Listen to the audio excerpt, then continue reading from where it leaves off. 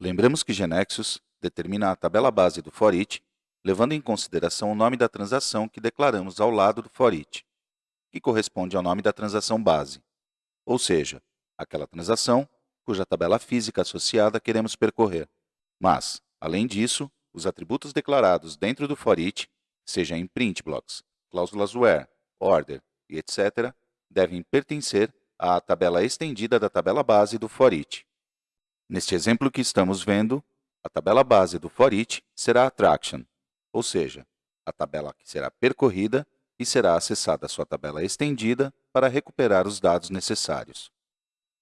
Se observamos a lista de navegação, vemos que nos informa claramente que a tabela base é a traction, que o percurso será ordenado pela chave primária da referida tabela, ou seja, por attraction ID, e que será percorrida toda a tabela, acessando também a tabela country para recuperar o valor de country name que corresponde ao país da atração.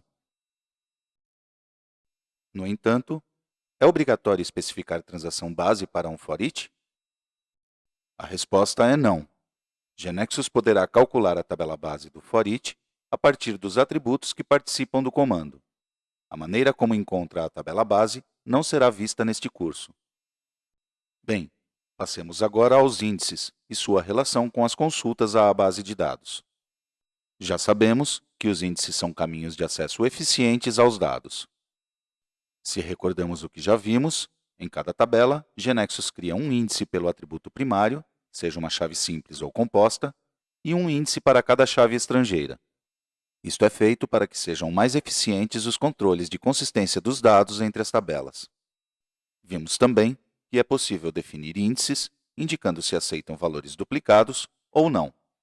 Se definimos um índice que não aceita valores duplicados, ou seja, um índice unique, estamos dizendo para GNexus que deve controlar automaticamente a unicidade de seu valor.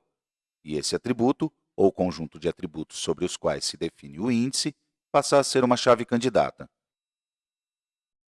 Vimos também que se adicionamos uma cláusula order, por exemplo, para ordenar pelo nome da atração, a lista de navegação dá um aviso, nos informando que na base de dados não existe um índice pelo atributo pelo qual necessitamos ordenar as informações. Portanto, poderíamos ter um baixo desempenho para esta consulta. Ocorre que, ao indicar um atributo pelo qual ordenar, GNexus tenta tornar a ordenação eficiente e, portanto, busca verificar se existe um índice por esse atributo, mas como não o encontra, nos avisa. Se necessitamos, então, obter os registros de attraction ordenados pelo atributo attraction name, então esses registros terão que ser reordenados, pois, por padrão, estão ordenados pelo valor do atributo que é chave primária. Quando se define uma consulta, se existe um índice físico criado na tabela pelo atributo a ordenar, GNexus o utilizará. Mas, neste caso, a consulta precisa ser ordenada por um atributo secundário, attraction name. E GNexus nos avisa na lista de navegação, como vimos, que não existe um índice definido. A existência do índice otimizaria a consulta, mas a desvantagem de criar um índice é que, a partir daí, deve ser mantido. Ou seja, se os usuários vão adicionando, modificando e eliminando atrações na tabela attraction, este índice deve ser reorganizado. Uma vez feito isto, ao pressionar F5, a base de dados deverá ser reorganizada para criar este novo índice. Então, na lista de navegação, veremos que GNexus utilizará esse índice que acaba de ser criado. Vale mencionar que, assim como o criamos, a qualquer momento podemos eliminar um índice e, ao fazer F5 e reorganizar, voltaremos à situação da qual havíamos partido antes de criá-lo. Vejamos este exemplo. Suponha que nos interessa obter uma lista das atrações cujos nomes estejam alfabeticamente entre um par de valores recebidos por parâmetro, por exemplo, entre as letras B e N. Para isso, especificamos as cláusulas where que estamos vendo. Ter várias cláusulas where é equivalente a ter apenas uma, onde as condições são conjugadas com o operador lógico AND. Ou seja, que serão considerados apenas os registros que atendam a todas as condições ao mesmo tempo. Se vamos filtrar por attraction name e temos um índice criado por esse atributo, será sempre conveniente ordenar por attraction name para otimizar a consulta. Observemos que, se não especificamos cláusula order, GNexus ordenará por chave primária. e deverá ser percorrida toda a tabela para saber se uma atração está dentro do intervalo especificado ou não. Bem, vejamos agora a cláusula when, que nos permitirá condicionar a aplicação das ordens e filtros. Qual resultado será obtido para o for each que estamos vendo se as variáveis nameFrom e nameTo estiverem vazias? Se houvesse uma atração com o nome vazio, seria então a única retornada, pois seria a única que atenderia às condições. Caso contrário, nenhuma atração será listada. É possível, então, considerar as ordenações e filtros de modo que só se apliquem em determinadas circunstâncias? Por exemplo, para que só se aplique o primeiro where, quando a variável nameFrom não está vazia, e que só seja aplicado o segundo where, quando a variável nameTo não está vazia? A resposta é sim. Conseguimos isso condicionando as cláusulas where com o when. Só será aplicado cada where quando a condição do when for satisfeita. Desta forma, em execução, ao deixarmos ambas as variáveis vazias, não será aplicado nenhum dos where. Então, serão listadas todas as atrações da tabela. Se a variável nameFrom está vazia, mas nameTo não está, não será aplicado o primeiro where, mas o segundo sim, de modo que serão listadas todas as atrações cujo nome seja menor ou igual a nameTo. Da mesma maneira, pode ser condicionada a aplicação ou não de uma order. De fato, pode ser especificada uma sucessão de ordens condicionadas, de modo que a primeira, cuja condição seja satisfeita, seja a escolhida. Passemos agora para a cláusula whenKnown. O que acontece quando nenhum dos registros da tabela base atende às condições indicadas? Suponhamos que, neste caso, queremos imprimir na saída uma mensagem que o avisa e que diga que não há registros associados. Para isso, vamos programar a cláusula whenKnown.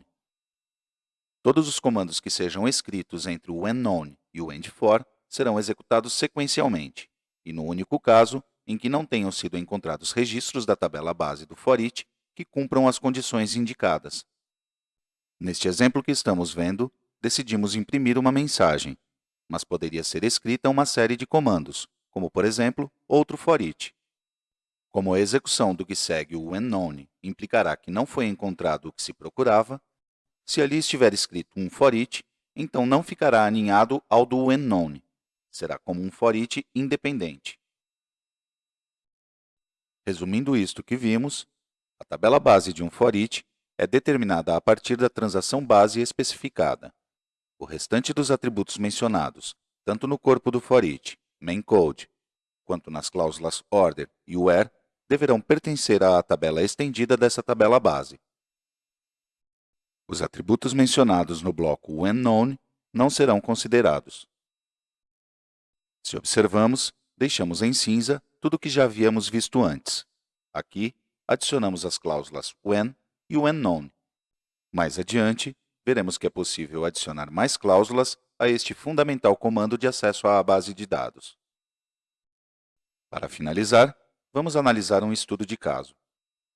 Consideremos o seguinte desenho de transações: a transação Customer, a transação Trip, que corresponde às excursões com um guia turístico responsável, a transação Tourist Guide, com seu conjunto de telefones, e a transação Reservation, para registrar para cada cliente o conjunto de excursões que tem reservada.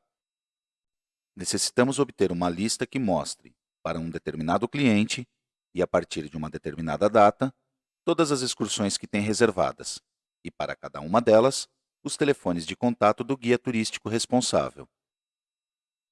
Para resolvê-lo, propomos o seguinte source. Vamos analisar se a informação listada é a que foi solicitada. Temos um par de for each aninhados. No primeiro, dizemos explicitamente que a tabela base será a correspondente ao nível trip da transação reservation, ou seja, a que se chama reservation trip. Verificamos que dentro deste for each externo, não existe nenhum atributo que não pertença à tabela estendida de reservation trip, pois em caso afirmativo, a lista de navegação lançará um aviso indicando que esse atributo não é acessível. Então, os atributos que devemos verificar são os que se encontram na cláusula where. e dentro do print block de nome trips, que neste caso são os atributos trip description, presente em trip, e reservation date, presente em reservation. Se observamos o diagrama de tabelas, vemos claramente que a partir de reservation trip, acessamos um único registro de trip e um único registro de reservation. GeneXus deverá, então, acessar essas duas tabelas cada vez que itere no foreach. Então, com quais registros da tabela base vai trabalhar o foreach?